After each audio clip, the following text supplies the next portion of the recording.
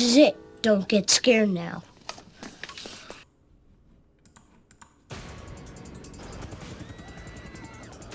The most intense.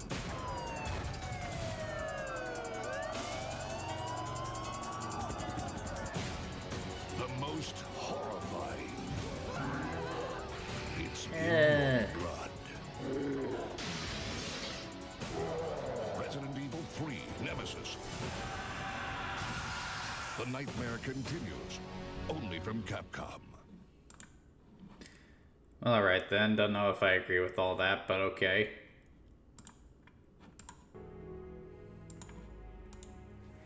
Good evening, folks. Welcome to the Game Reserve. My name is Jagger Newman, and I'm the War in these parts. And yeah, another pre-recorded video for you. Once again, out doing something with my girlfriend tonight. You know, as much as I love video games, if you got a chick, pick between playing a video game and spending time with your lovely girlfriend.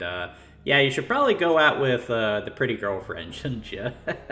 But I wanted to leave you guys something pre-recorded. So tonight we're crossing off the next game on our horror list, headed to the 32-bit era, and the last game on the PS1 as far as numbered Resident Evil games go, Resident Evil 3 Nemesis. Though the name is a little misleading, because if you know anything about this franchise, you know that Resident Evil 3 isn't exactly the third entry in the series. Now a lot of people might be asking, what the hell do you mean by that? It clearly says Resident Evil 3. Well, let's back it up a little bit. So when Resident Evil came out, it was, of course, a landmark. It's a game that popularized the horror genre in video games, period. It coined the term survival horror. And it was a big hit, and so was Resident Evil 2, which was an even bigger hit. And a lot of people say that Resident Evil 2 perfected the survival horror genre, or at least for what it was at the time. So, people were really excited for the next game in the series, but they were coming up on the end of the 32-bit era, and the team behind Resident Evil 2 thought that they had tapped out everything that could have been done on the original PlayStation. So they set their sights on the next generation, which for them was the Sega Dreamcast. However, they didn't want to leave their fans on the PlayStation out to dry, so while they worked on Resident Evil 3 on the Dreamcast, they also started work on a spin-off title for the PlayStation. However, behind closed doors, something very weird was going on as far as corporate matters were concerned. Resident Evil games were huge sellers for the PlayStation brand. They actually moved software, so when Sony got word that Capcom was planning to make a follow-up to the series on the Dreamcast, they were, of course, concerned. So they went to Capcom and offered them an exclusivity deal. So when one of the big three makes you a deal like that, you really don't have a choice but to say yes to it. Unfortunately, because of where they were at in development, they couldn't just, abandon both games and move everything to the PlayStation. So another deal was struck. Capcom could release any Resident Evil game they wanted to on any other console, as long as the numbered one stayed on PlayStation. Capcom execs agreed to this, under the guise that Resident Evil 3 would be easy to move over to the PlayStation, only to find that that just was not going to happen. So they took a very simple solution. They just changed the titles around. So Resident Evil 3 would become Resident Evil Code Veronica, and Resident Evil Nemesis would become Resident Evil 3 Nemesis. And I think that I've heard some conflicting rumors about that story, and like all the information I get is secondhand, so I have no idea if it's true or not. But I am inclined to believe the story, especially if you've played Resident Evil 3. While it is not bad by any stretch of the imagination, it's nowhere near as good as the original Resident Evil, and especially Resident Evil 2. However, Resident Evil 3 still has its fans, and it was popular enough to get a remake as a follow-up to the Resident Evil 2 remake. So, yeah, it's worth covering, and you know, once I'm done with this next year, I can look at other PlayStation horror games. So let's go ahead and get this started, shall we? Kind of mixed feelings about the title screen. You know, what the background just kind of blends in a little too easily, and Nemesis is kind of overpowering there. It just kind of feels like they plastered Resident Evil 3 over top of it. But, you know, I've seen worse. It's not too bad. Normal mode or hard mode? Well, I'm only going to play for an hour, so let's try hard mode. It's also a little weird that this game has a subtitle, whereas every other Resident Evil game is just Resident Evil 2, Resident Evil 4. It's the only one that has a subtitle. No one dared to oppose them, and that lack of strength would ultimately lead to their destruction. I don't think that anyone didn't want to oppose them. It's more like they were paid off. Forgiveness. If only they had had the courage to fight. It's true that once the wheels of justice begin to turn, nothing can stop them. Nothing. It was Yeah, if you're watching this, buddy, and my last chance. that's gonna be you here soon. Last escape. What am I saying? He's not watching this. I don't want to know what that guy does in his spare time.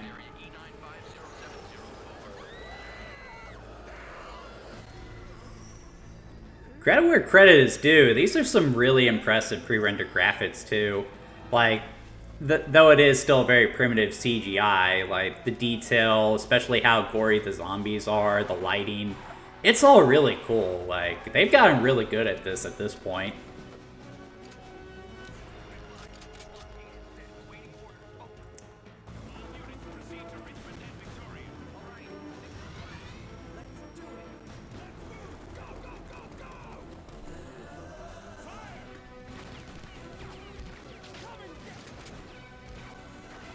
Though I, of course, find this a little silly, like, again, with a lot of zombie media, they have to operate under the assumption that stuff like Night of the Living Dead, Zombieland, or Resident Evil doesn't exist, so I can't help but find this silly. I don't think a zombie plague like this would be as big a deal. I think it would be dealt with very quickly.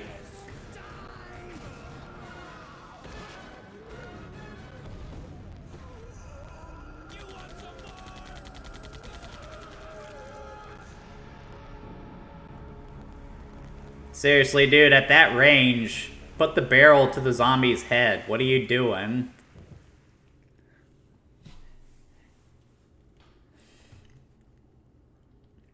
Drama queen.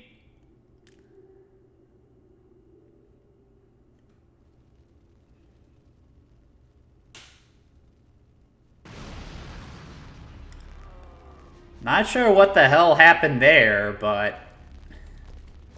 well, looks like we're being thrown, how's the saying go, out of the frying pan and into the fire. Ah, this ain't good.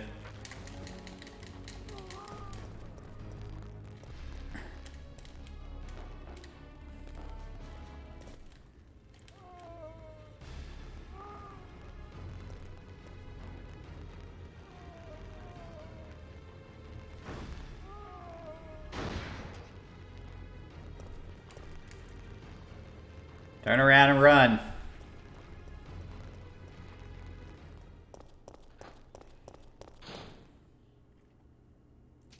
September 28th, daylight. The monsters have overtaken the city.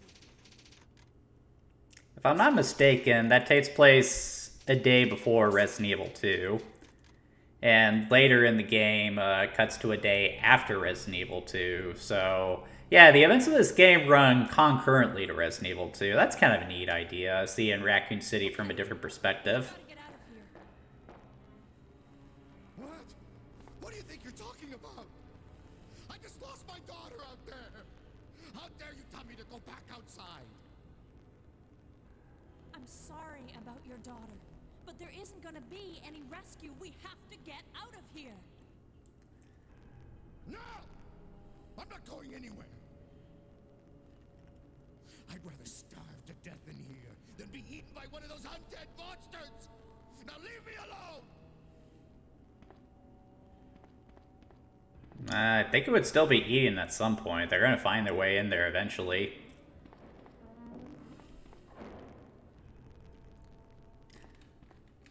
Come on, guy.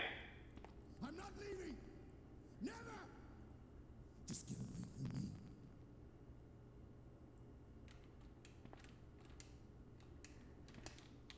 Alright, guy, if that's what you want. Alright, so the first thing we always talk about are the controls, and yeah, Resident Evil 3 still uses the tank controls, so like I said in the past couple of times I've covered Resident Evil, it is kind of necessary for the fixed camera angle, so when the camera jumps like that, if you were to have analog control, when you move to the net screen, she would just spaz out all over the place because the inputs keep flopping. It is a necessary evil, but that's also kind of why I still hate the fixed camera angles with the pre-rendered backgrounds and everything. It's just very frustrating to deal with, especially since you can get the same feel without any of that stuff. To use your weapons, you just ready it like that, and you push a button to fire. I'm not going to fire right now because I don't want to waste my ammo, but one thing that I do like about Resident Evil 2 is that's the first game to incorporate a quick turnaround feature. So how you do that is you pull back and press the sprint button, and you do a quick 180, whereas before you would have to rotate like that. So that's a really good feature. There's also a sort of dodge move where if you hit the ready weapon button just as an enemy attacks, you'll dodge them, become invincible for a brief second. So yeah, it's not bad. As far as the presentation is concerned, this also looks pretty damn good. They've really gotten good with the pre-rendered backgrounds and everything. The lighting is even changing on Jill herself too. Perspective is great. It really does look like Jill is there. So yeah, they've definitely got it down to a science at this point. That being said, I am not fond of Jill's design in this game. I'm not sure what the deal with the tube top is or the mini skirt or boots. Like, of all the things that Jill could wear in this situation, why she decided to go with that ensemble, I have no idea. Maybe she just got caught having a night on the town when all this happens and she didn't have time to change. But even then, I still don't see Jill wearing something like that. What else? From what I understand, Jill wasn't originally intended to be the main character in this game. It just kind of happened. Originally, it was supposed to be a completely new character. But at the last minute, they decided to make Jill the main playable character, so the design was probably intended for someone else, but they still decided to use it for some reason. Alright, so what is this I'm picking up over here? So it's one of the key items in this game, which is the gunpowder. So how this works is you have your gunpowder here, and you combine that with the reloading tool up here, and that will make you more ammo. At first I wasn't a big fan of that. Like, I would have just preferred like the ammo already be made and out in the open. So, because if you find gunpowder out in the world, it's essentially useless unless you have the reload tool. But then I realized you can, you know, combine the various powders together before you use the reload tool, and that'll give you different ammo. So it adds another layer to the survival. What do you need more? Handgun ammo, shotgun ammo, grenade launcher stuff? It actually is a good feature. I like it. And it would continue in the remakes as well. And they would wisely choose to get rid of the reload item too, so you can just mix them together on the spot, which was a smart move. And just like previous games, saves are scarce, so you gotta think about this. So my general rule of thumb is save every time you find ink ribbons and every time you come across a new save room. I should probably ditch the reload tool for now as well, because it's just taking up space. I still wish that they had a separate inventory for your items and everything, so that stuff like the keys and everything doesn't take up space that could be for healing items or ammo. And I know that would be counterintuitive to the survival horror thing, but to fix that, you just gotta get rid of an inventory slot. It wouldn't be until Resident Evil 7 that they would start to fix that, though it would sort of come back with Resident Evil 2 Remake as well. I'm also not a big fan of the saying in this game. You know, in previous games, you're always sort of trapped in a certain location that was explorable. But here you have Raccoon City to explore. And it just makes you feel like you have a little more freedom than you would in other games, so... yeah, not a huge fan of that. Combat is still kind of boring. You just kind of retreat to a safe distance, and then just hope you kill the zombie before it closes the distance. Not a whole lot of depth to it. Which is kind of frustrating because one of the mission statements of Resident Evil Nemesis was to create a more action-oriented experience, but I've always hated that mindset with these old survival horror games because these games were all about surviving and resource management. Combat was always one of the weaker aspects of it. So trying to make a game that emphasizes the action was always just a really dumb idea, if you ask me. If I'm not mistaken... yep, let's see what's down here. That's where this guy bolted out of earlier.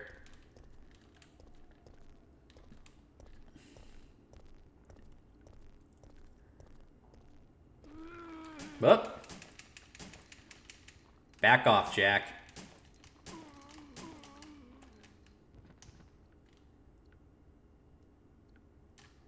Just gotta make sure that he bleeds. What we have here. Lighter oil. I'm not sure what good that's going to do me. Ugh. Someone had a bad day here. But I think I'll help myself to his boomstick. Groovy.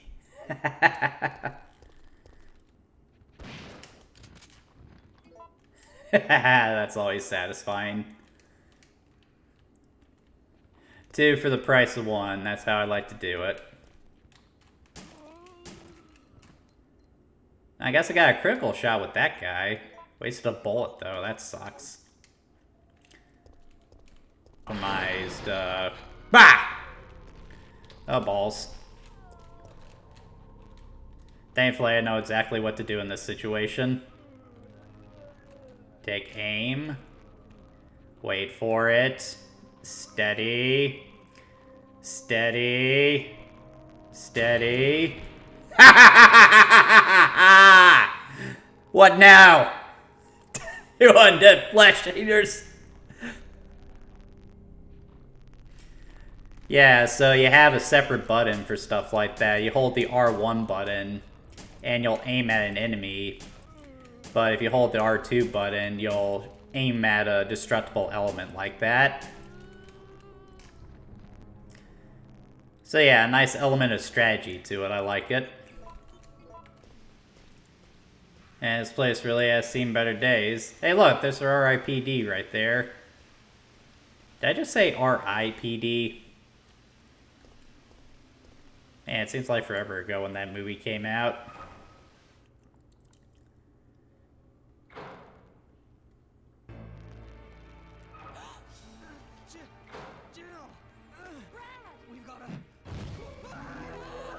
Uh-oh.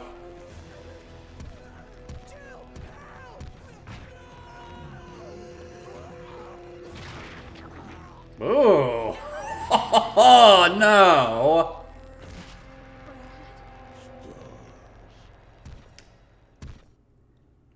Yeah, and the game's namesake, Nemesis. So sometimes when you encounter him, you gotta make a choice. Fight the monster, enter the police station. Well, I'm gonna enter the police station, because I'm not gonna try to fight that frickin' thing. I don't have a death wish.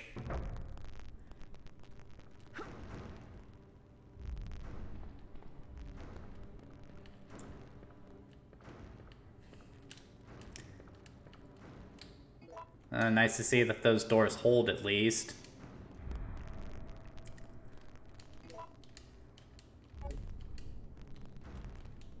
Yeah, me saying that like I don't already know what's gonna happen. What do we have here? I guess I should get those lockpicks. After all, Jill is the master of unlocking things, or however that line is. Another one of the great Jill sandwiches.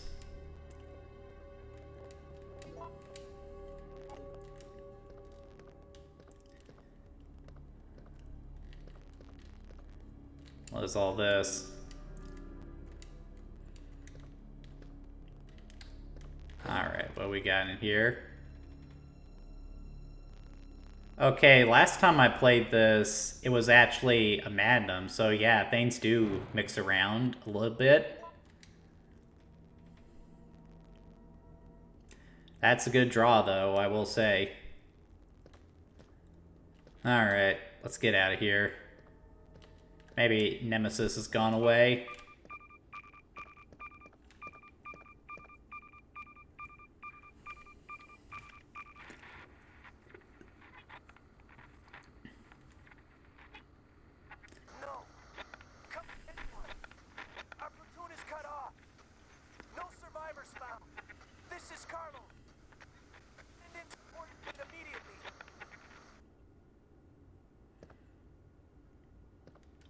Oh, someone's in trouble out there.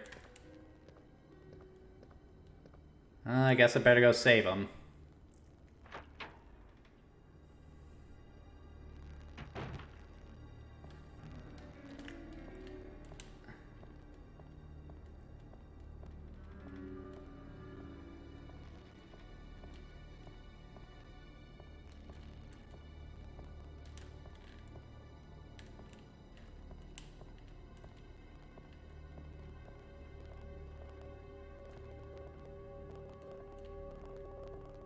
Alright, let's get out of here.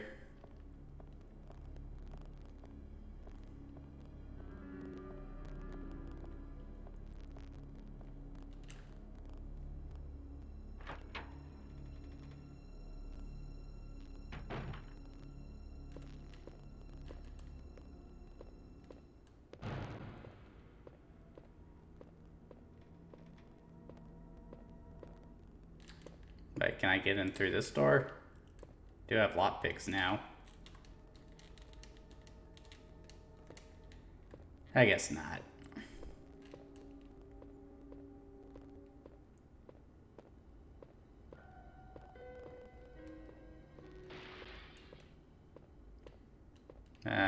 Some zombies probably broke in.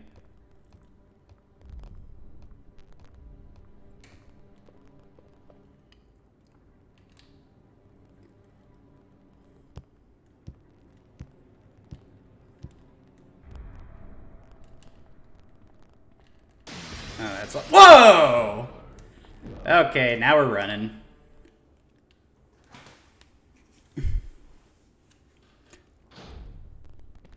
He's not supposed to find another way in? Well, I'm probably safe now, I bet. It's not like he can come through doors like that.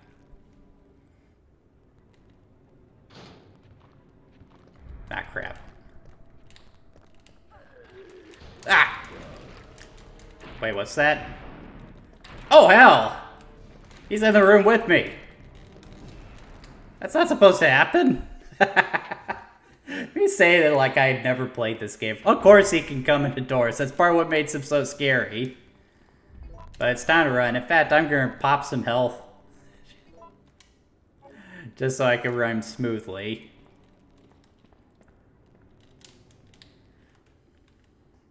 So yeah, throughout the game, Nemesis will chase after you. And while you can turn and fight him, the game heavily pushes you to run away. It's kind of like fighting a Terminator. You can take him down, and you do get some good goodies if you can, but it's easier said than done. Okay, so Resident Evil 3 Nemesis. Based on what I played so far, probably doesn't seem like it's that much different from Resident Evil 2. And honestly, that is kind of the problem. Now, it's not to say that Resident Evil 3 doesn't include some cool gameplay innovations. The powder mechanic, that actually is a good one. It adds a layer of strategy to the survival. Nemesis was a great addition. Just, this Terminator-style enemy that you have really no choice but to run from. And some great additions to the controls, too, like the quick turnaround. But for everything Resident Evil 3 does right, it also does something a little funky. I'm not a big fan of the randomization aspect. It just makes everything feel a little inconsistent and haphazard, especially when the enemies start respawning randomly. And it also is a lot shorter. There's only one campaign with this game, whereas in the previous Resident Evil games, you had 2 campaigns. So this game is a lot shorter too. There is a lot of replay value, but not as much as previous games. Like, you just play Resident Evil 3, and it just feels like it was intended to be a spin-off rather than a sequel.